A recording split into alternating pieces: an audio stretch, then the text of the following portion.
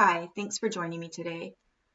So today I'm going to talk about that little voice in your head that is always telling you to do better, do more, be faster, be different, do things in a certain way, and that you're not doing things right. So all of us experience the self-critic within. At the end of this video, I'm going to give you 4 steps on how you can overcome the self-critic. And these steps that I've learned are through compassionate inquiry with Dr. Gabor Mate. Compassionate inquiry is a psychotherapeutic approach that was developed by Gabor, and it's directed on healing childhood trauma, dealing with your addictions, and coping mechanisms and adaptations of our personality that we created from difficulties in childhood. And so to explain a little bit about the self-critic and where it comes from, it's actually an adaptation of our personalities. So what happens as children, we go through difficult situations or trauma, and we are given the message that we haven't done something good enough, or we're too much, or we're not important. And what this boils down to is that we end up getting the message that our authentic selves are not okay, and we have this attachment to our parents. They feed us, clothe us, they give us love. We can't survive without them. So when we're given these messages, and it's not our parents' fault, so per se, it's just something that happens in childhood, because something that is insignificant to an adult can be incredibly traumatic for the child.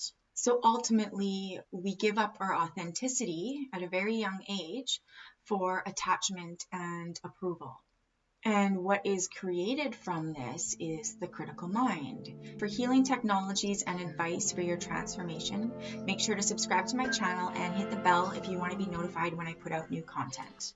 So for the people who don't know me and haven't subscribed to my channel yet, I've worked in mental health and addictions for many years, and I've taken Gabor Mate's compassionate inquiry training, and I'm incredibly passionate about working with the self-critic, as it really tends to be the root of a lot of our suffering and a lot of our issues that stems from childhood trauma and childhood difficulties. I'm currently offering free discovery sessions, which are 30 minutes.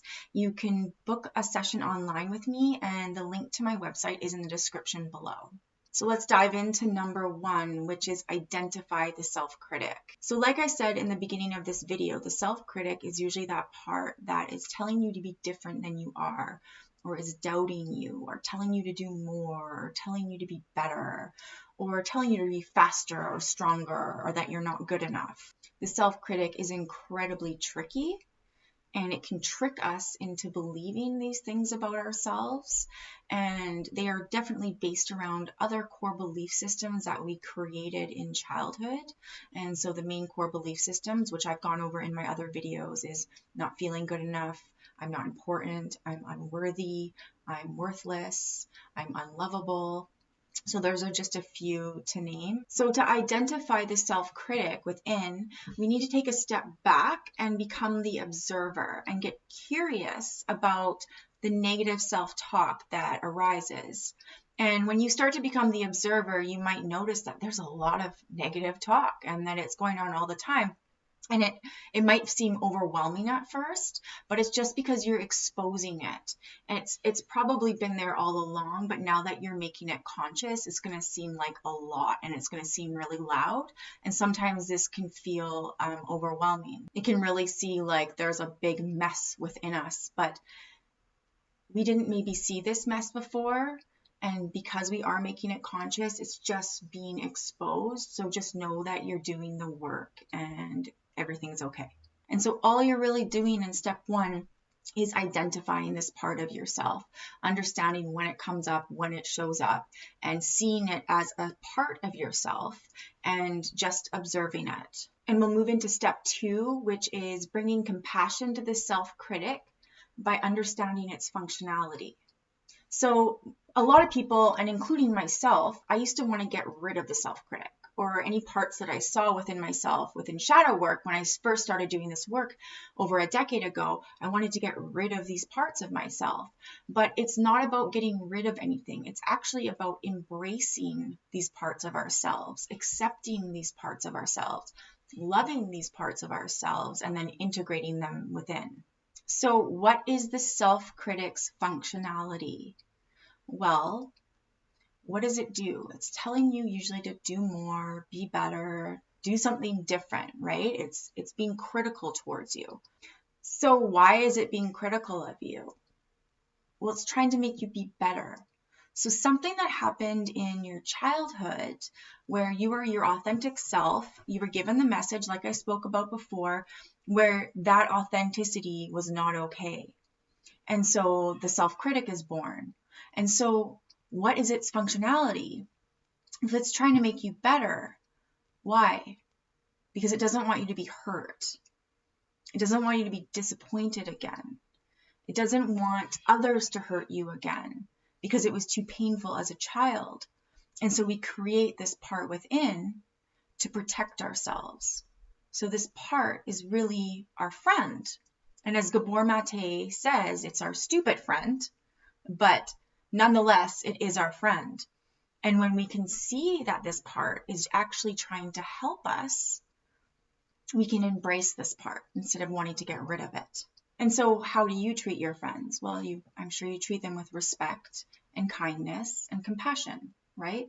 So it's about really trying to bring compassion to this part and also the child within, because this part was developed to protect the child within, to protect us when we were children from pain. And so although this part, this self-critic, served us well as children because it was developed as a survival mechanism, it is no longer serving us as adults, but just it creates more blocks within. And so now we'll move into number 3, which is having a conversation with the self-critic. So firstly, you identified the self-critic and you're just observing it. That's all you're doing in step 1. Step 2 is really understanding the functionality of this part of you so you can bring compassion to it and not try to push it away and try to have more understanding around this part of yourself. And number 3 is having a conversation with this part. So some of my clients like to name their self-critic. Not everyone does, but if you wanted to name your self-critic so you can really identify this part when it comes up and say, oh, I see you, then this is a really good trick to use. So what you're going to do is when the self-critic shows up, you identify it. There you are. I see you. Okay, I know you're trying to help me. Even though you're being negative, I know you're actually trying to be my friend and help me, but I don't need you to help me anymore. So you're actually going to tell this part that you don't need it to help you anymore. So you can say something like, hi, self-critic, I see you. I know that you have been trying to help me most of my life. You probably still think I'm a child, but I'm not a child anymore. I'm a grown woman or I'm a grown man. And I've been doing this a long time, and I got this. I don't need you to try to help me anymore. Thank you for supporting me, but it's time to stop. So you can do this in your words however you want. And of course, the self-critic comes up a lot, so it might be something shorter that you want to say. But in the beginning, you might really just take a seat down and have a conversation with this part.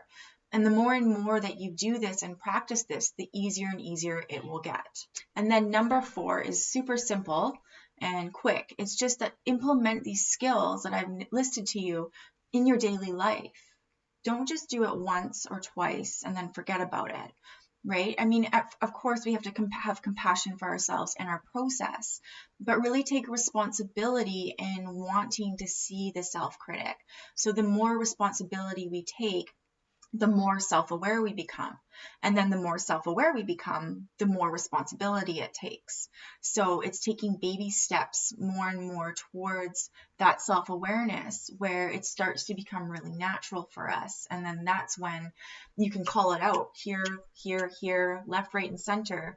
And within honest to God seconds, you're saying no. You're not believing a word that it says. You're cutting it off before it's even done saying its full sentence in your head. And I promise you, you can get there. It just takes a little bit of time. And when you don't have the self-critic yapping at you all the time, telling you to do more, or that you can't do that, or be better, you start to see that the sky is the limit, that you can really do anything, because it's that self-critic that doubts ourselves. And when you don't have that doubt coming in towards yourself, you can rise, you can put your shoulders back, put your head tall, and really, really step into your authenticity. So if you can comment below and let me know, what does the self-critic say to you the most? Is it telling you to be more? Is it telling you you're not enough?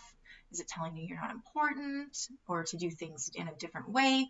What comes up the most for you? So now I've given you the 4 steps on how to understand, bring compassion, and overcome your self-critic.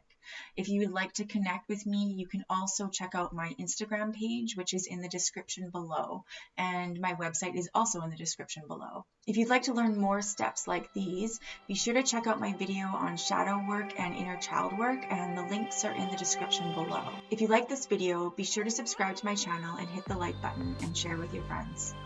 My name is Tess. Thanks for watching.